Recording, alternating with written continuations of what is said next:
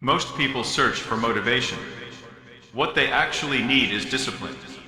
This talk is not entertainment.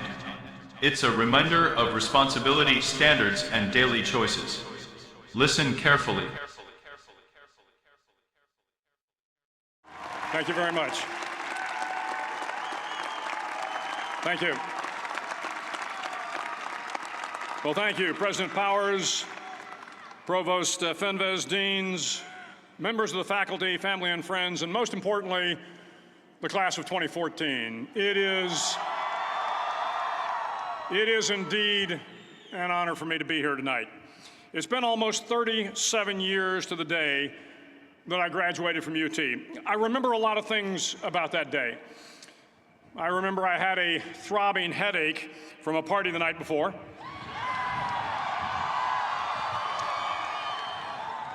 I remember I had a serious girlfriend, who I later married. That's important to remember, by the way.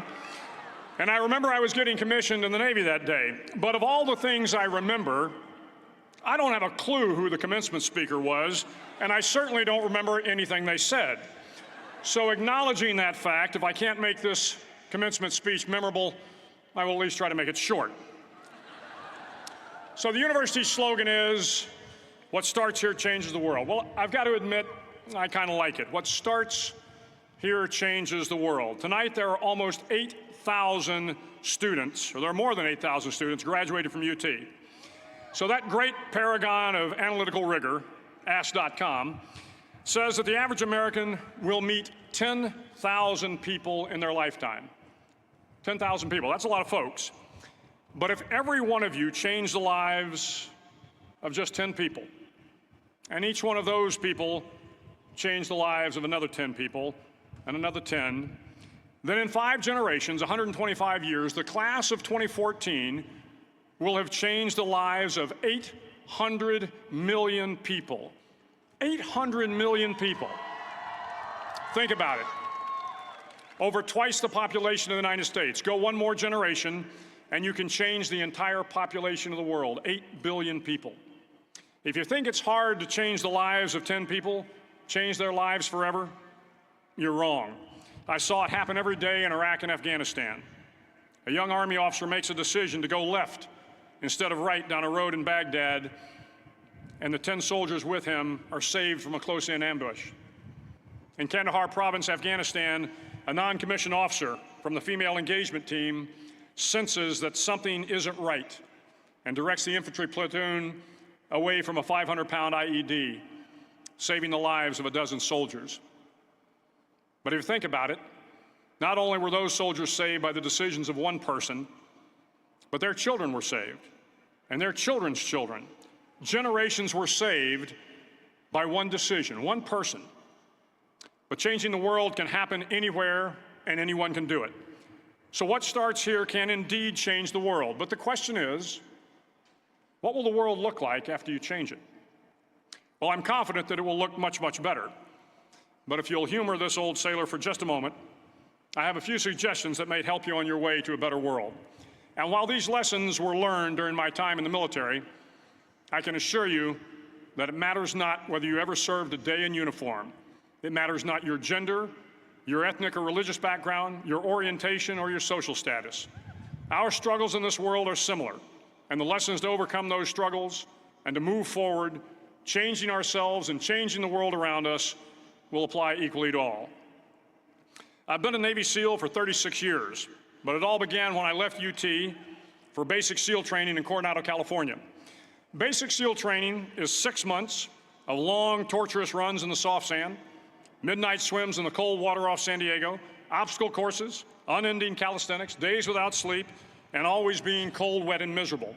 It is 6 months of being constantly harassed by professionally trained warriors who seek to find the weak of mind and body and eliminate them from ever becoming a Navy SEAL. But the training also seeks to find those students who can lead in an environment of constant stress, chaos, failure, and hardships. To me, basic SEAL training was a lifetime of challenges crammed into 6 months. So here are the 10 lessons I learned from basic SEAL training that hopefully will be of value to you as you move forward in life.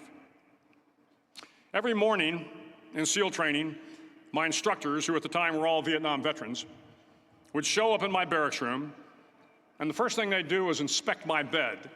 If you did it right, the corners would be square, the covers would be pulled tight, the pillow centered just under the headboard, and the extra blanket folded neatly at the foot of the rack. It was a simple task, mundane at best, but every morning we were required to make our bed to perfection. It seemed a little ridiculous at the time, particularly in light of the fact that we were aspiring to be real warriors, tough, battle-hardened SEALs. But the wisdom of this simple act has been proven to me many times over. If you make your bed every morning, you will have accomplished the first task of the day. It will give you a small sense of pride, and it will encourage you to do another task, and another, and another. And by the end of the day, that one task completed will have turned into many tasks completed. Making your bed will also reinforce the fact that the little things in life matter. If you can't do the little things right, you'll never be able to do the big things right. And if by chance you have a miserable day, you will come home to a bed that is made, that you made. And a made bed gives you encouragement that tomorrow will be better. So if you want to change the world, start off by making your bed. During SEAL training, the students are all broken down into boat crews. Each crew is 7 students, 3 on each side of a small rubber boat, and 1 coxswain to help guide the dinghy. Every day, your boat crew forms up on the beach and is instructed to get through the surf zone and paddle several miles down the coast. In the winter, the surf off San Diego can get to be 8 to 10 feet high, and it is exceedingly difficult to paddle through the plunging surf unless everyone digs in. Every paddle must be synchronized to the stroke count of the coxswain. Everyone must exert equal effort, or the boat will turn against the wave and be unceremoniously dumped back on the beach. For the boat to make it to its destination, everyone must paddle. You can't change the world alone. You will need some help. And to truly get from your starting point to your destination takes friends, colleagues, the goodwill of strangers, and a strong coxswain to guide you. If you want to change the world, find someone to help you paddle. Over a few weeks of difficult training, my SEAL class, which started with 150 men, was down to just 42. There were now 6 boat crews of 7 men each. I was in the boat with the tall guys, but the best boat crew we had was made up of the little guys, the Munchkin crew, we called them. No one was over 5'5". The Munchkin boat crew had 1 American Indian, 1 African American, 1 Polish American, 1 Greek American, 1 Italian American, and 2 tough kids from the Midwest. They out-paddled, outran, and outswam all the other boat crews. The big men in the other boat crews would always make good-natured fun of the tiny little flippers the Munchkins put on their tiny little feet prior to every swim. But somehow these little guys from every corner of the nation and the world always had the last laugh, swimming faster than everyone and reaching the shore long before the rest of us. SEAL training was a great equalizer. Nothing mattered but your will to succeed, not your color, not your ethnic background, not your education, not your social status. If you want to change the world, measure a person by the size of their heart, not by the size of their flippers. Several times a week, the instructors would line up the class and do a uniform inspection. It was exceptionally thorough. Your hat had to be perfectly starched, your uniform immaculately pressed, your belt buckle shiny and void of any smudges. But it seemed that no matter how much effort you put into starching your hat or pressing your uniform or polishing your belt buckle, it just wasn't good enough. The instructors would find something wrong. For failing the uniform inspection, the student had to run, fully clothed, into the surf zone, then wet from head to toe, roll around on the beach until every part of your body was covered with sand. The effect was known as a sugar cookie. You stayed in the uniform the rest of the day, cold, wet, and sandy. There were many a student who just couldn't accept the fact that all their efforts were in vain, that no matter how hard they tried to get the uniform right, it went unappreciated. Those students didn't make it through training. Those students didn't understand the purpose of the drill. You were never going to succeed. You were never going to have a perfect uniform. The instructors weren't going to allow it.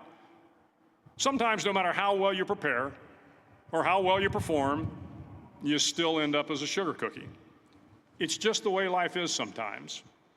If you want to change the world, get over being a sugar cookie and keep moving forward. Every day during training, you were challenged with multiple physical events: long runs, long swims, obstacle courses, hours of calisthenics, something designed to test your mettle. Every event had standards, times you had to meet. If you failed to meet those times, those standards, your name was posted on a list, and at the end of the day, those on the list were invited to a circus. A circus was 2 hours of additional calisthenics, designed to wear you down, to break your spirit, to force you to quit. No one wanted a circus. A circus meant that for that day, you didn't measure up. A circus meant more fatigue, and more fatigue meant that the following day would be more difficult, and more circuses were likely. But at some time during SEAL training, everyone made the circus list. But an interesting thing happened to those who were constantly on the list. Over time, those students who did 2 hours of extra calisthenics got stronger and stronger. The pain of the circuses built inner strength and physical resiliency. Life is filled with circuses. You will fail. You will likely fail often. It will be painful. It will be discouraging. At times, it will test you to your very core. But if you want to change the world, don't be afraid of the circuses. At least twice a week, the trainees were required to run the obstacle course. The obstacle course contained 25 obstacles, including a 10-foot wall, a 30-foot cargo net, a barbed wire crawl, to name a few. But the most challenging obstacle was the slide for life. It had a 3-level, 30-foot tower at one end and a 1-level tower at the other. In between was a 200-foot-long rope.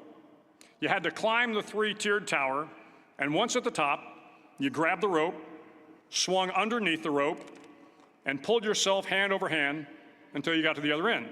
The record for the obstacle course had stood for years when my class began in 1977. The record seemed unbeatable until one day a student decided to go down the slide for life head first. Instead of swinging his body underneath the rope and inching his way down, he bravely mounted the top of the rope and thrust himself forward. It was a dangerous move, seemingly foolish and fraught with risk. Failure could mean injury and being dropped from the course. Without hesitation, the student slid down the rope perilously fast. Instead of several minutes, it only took him half that time. And by the end of the course, he had broken the record. If you want to change the world, sometimes you have to slide down the obstacles head first. During the land warfare phase of training, the students are flown out to San Clemente Island, which lies off the coast of San Diego. The waters off San Clemente are a breeding ground for the great white sharks. To pass SEAL training, there are a series of long swims that must be completed. One is the night swim. Before the swim, the instructors joyfully brief the students on all the species of sharks that inhabit the waters off San Clemente. They assure you, however, that no student has ever been eaten by a shark, at least not that they can remember. But you are also taught that if a shark begins to circle your position, stand your ground. Do not swim away. Do not act afraid. And if the shark, hungry for a midnight snack, darts towards you, then summons up all your strength and punch him in the snout, and he will turn and swim away. There are a lot of sharks in the world. If you hope to complete the swim, you will have to deal with them. So if you want to change the world, don't back down from the sharks. As Navy SEALs, one of our jobs is to conduct underwater attacks against enemy shipping. We practice this technique extensively during training. The ship attack mission is where a pair of SEAL divers is dropped off outside an enemy harbor and then swims well over 2 miles underwater, using nothing but a depth gauge and a compass to get to the target. During the entire swim, even well below the surface, there is some light that comes through. It is comforting to know that there is open water above you. But as you approach the ship, which is tied to a pier, the light begins to fade. The steel structure of the ship blocks the moonlight. It blocks the surrounding street lamps. It blocks all ambient light. To be successful in your mission, you have to swim under the ship and find the keel, the center line, and the deepest part of the ship. This is your objective. But the keel is also the darkest part of the ship, where you cannot see your hand in front of your face, where the noise from the ship's machinery is deafening, and where it gets to be easily disoriented, and you can fail. Every SEAL knows that under the keel, at that darkest moment of the mission, is a time when you need to be calm, when you must be calm, when you must be composed, when all your tactical skills, your physical power, and your inner strength must be brought to bear. If you want to change the world, you must be your very best in the darkest moments. The 9th week of training is referred to as Hell Week. It is 6 days of no sleep, constant physical and mental harassment, and one special day at the Mud Flats. The Mud Flats are an area between San Diego and Tijuana where the water runs off and creates the Tijuana Sloughs, a swampy patch of terrain where the mud will engulf you.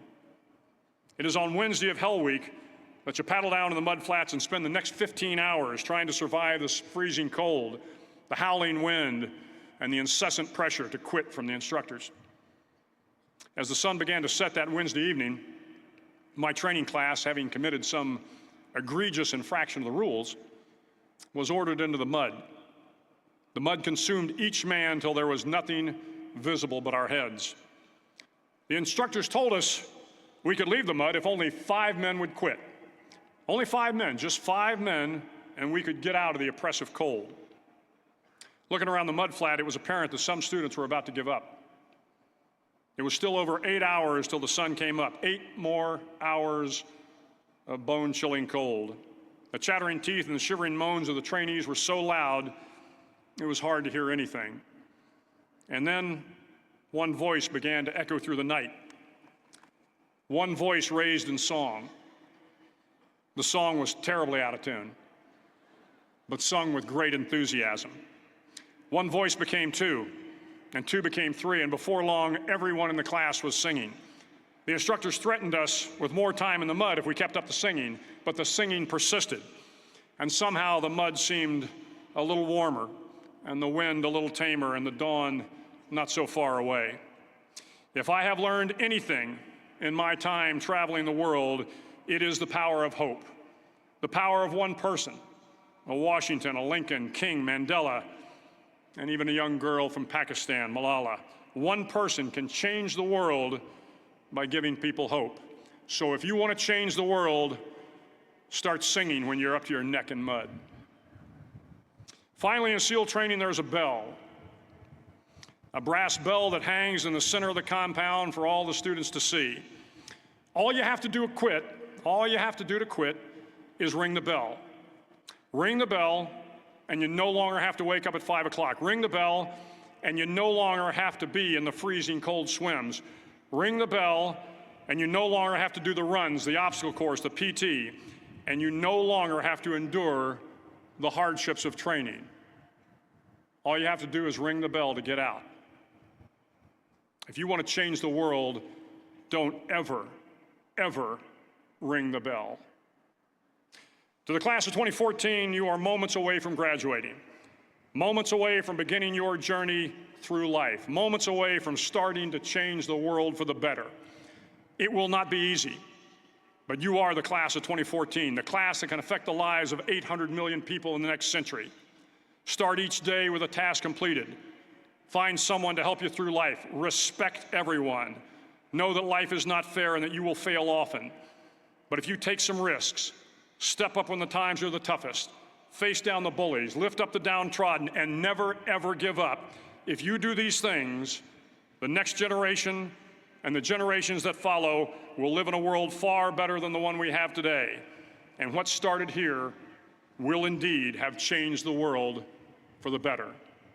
Thank you very much. Hook 'em horns.